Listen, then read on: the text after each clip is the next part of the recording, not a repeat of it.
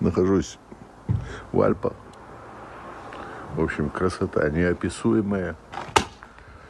Вот.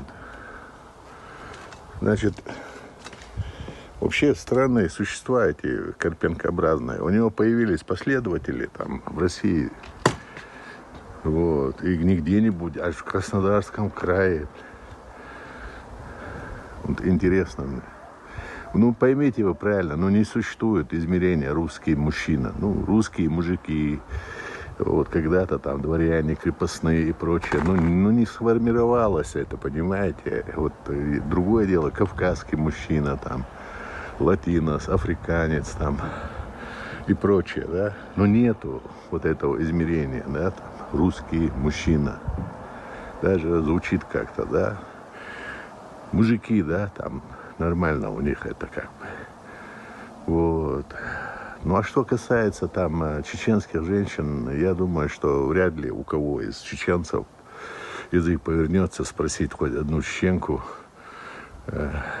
спросить, почему бы ты не пошла бы за русского замуж и прочее. Даже это настолько преступно, это настолько оскорбительно, просто этой темы и не возникает. Но вот эти, так скажем, существа карпенкообразные, плюс вот эти краснодарские депутаты и прочие российские, русские фашисты, нацисты пытаются думать, что это верх интеллектуала, что они поставили такое неудобное, затруднительное положение чеченцев, чеченских мужчин. Просто они еще не спрашивали, понимаете, у чеченских мужчин не спрашивали этот вопрос. Ни одному мужику русскому, ни русскому не придет в голову такой вопрос задать чеченскому мужчине. А уже о женщинах я и не говорю. Понимаете? Даже вот эта нагрузка, там, русский мужчина, это очень нагрузка большая, даже произносить это. Вот. Поэтому мы не будем ввязываться в то, что они хотят нас там втянуть, показать, что они такие культурные. Как сказал Карпенко, Европа для европейцев, Чечня для чеченцев и так далее. Имел в виду, что Украина для украинцев. Так вот, этот ПОЦ, да, как в Одессе называют, это вот четкое определение, вот этот ПОЦ, да, он говорит о русских женщинах, в каком, вот смотрите, в каком он в тонусе это говорит. Вам можно, говорит, тягать русских женщин. И я тот украинец, который спрошу за русских женщин и за русских мужиков. Ты никого не спросишь. Ты со своих жалких штанов там еще не вылезал, там, понимаешь? Понимаешь, Карпенко? Это же просто понять. Русских женщин тягал, и все, это вся твоя составляющая, вся твоя моралка, которая у тебя не было, это все твое грязное нутро. Так что не можешь ты нас вытянуть на такой разговор, понимаешь? Потому что никто, ты ниже плинтуса, да, ниже плинтуса. Ты не любил ни женщин, ни свою даже жену, ни своих детей, ты мать свою не любил. Потому что, говоря о женщинах в таком тоне, да, русских женщин, которых ты собрался защищать, да, ты посмотри, как уничижительно ты говоришь, тягать, короче, да. Наверное, тебя тягали, поэтому у тебя, значит, и женщин, мужчины, оказывается, женщин тягают, да. Ты не представляешь, какие женщины хрупкие создания. Какие они красавицы. Как можно такие слова подбирать к женщинам? Женщина – это мать, сестра, это внучки, дочки, понимаешь ты? Это же цветы жизни. Ты жил тоскливо и умрешь тоскливо.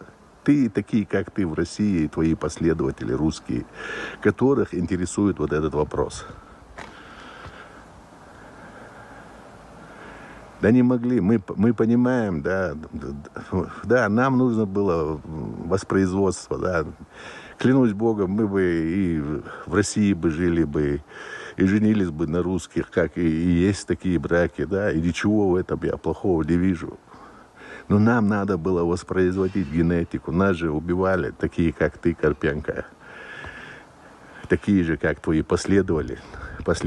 Нас же каждый, значит, 30, 40, 20 лет, знаешь, все же за нами как бы установлено такое дозированное, да, что нельзя нас больше там миллиона или полтора, понимаешь? Нельзя. От мужиков можно, блядь. Вот 140 миллионов, 200 миллионов. Мужиков можно, пусть больше будет русских мужиков. А вот чеченских мужчин и чеченских женщин надо держать все время на одном, значит, уровне. Нельзя, понимаешь, нельзя. Тогда такие мужики, как ты, вообще спать не будут круглосуточно. Круглосуточно. Я не встречал в своей жизни плохих женщин, некрасивых или красивых. И у нас вообще-то не принято это как бы на людях говорить о внешней, да, красоте женщины. Потому что все женщины без исключения по-своему красивые. Мы можем говорить о их характере, там, интеллектуальное, там, очень респект к людям, к детям хорошо относится, грамотная, покладистая. Вот такие мы можем давать какие-то оценки. Но говорить вот так, как ты говоришь, матом, ты на эту всю, значит, свою вот эту подписную команду, русскую, славянскую подписную команду, ты знаешь прекрасно, что тебя слушают женщины, кстати, разного уровня. Не думай, что они все твой мат, знаешь, приветствуют. Не нашлось, понимаешь, пока человека, который тебе не втолкует, понимаешь, что нельзя задавать такие вопросы. Не придет в голову даже русскому мужчине прийти, вообще ему в голову не придет, понимаешь? Потому что это разные два полюса, вообще разные. Ну, не рискнет он, не потому что там мужественные, немужественные, там сила и прочее. Это тоже такое дело, знаешь. Потому что это, несовместимо это все, это несовместимо. Понимаешь? Это, очень просто понять, Карпенко, и тебе, и твоим последователям в России. Не было в моей жизни, чтобы хоть кто-то намеком спросил бы у меня, почему это. Нету, понимаешь, я не могу тебе это рассказать. А женщины наши сами, история показывает, да, посмотри там, вот, она показывает, почему они сами ответят. Нам не принято говорить о женских вопросах. Мы как бы это обсуждаем внутри своего общества. Это вопрос, который не обсуждается вот так как бы. Поэтому продолжай тягать, потому что тебя тягают. Понимаешь, вас тягают, поэтому у вас возникают такие вопросы. Это идет война кровопролитная, да, 1 миллион людей убито с обоих сторон. Женщины, дети, а ты задался этим вопросом. И у тебя нашлись такие же идиоты и в России, да. Салам алейкум, всем салам маршал.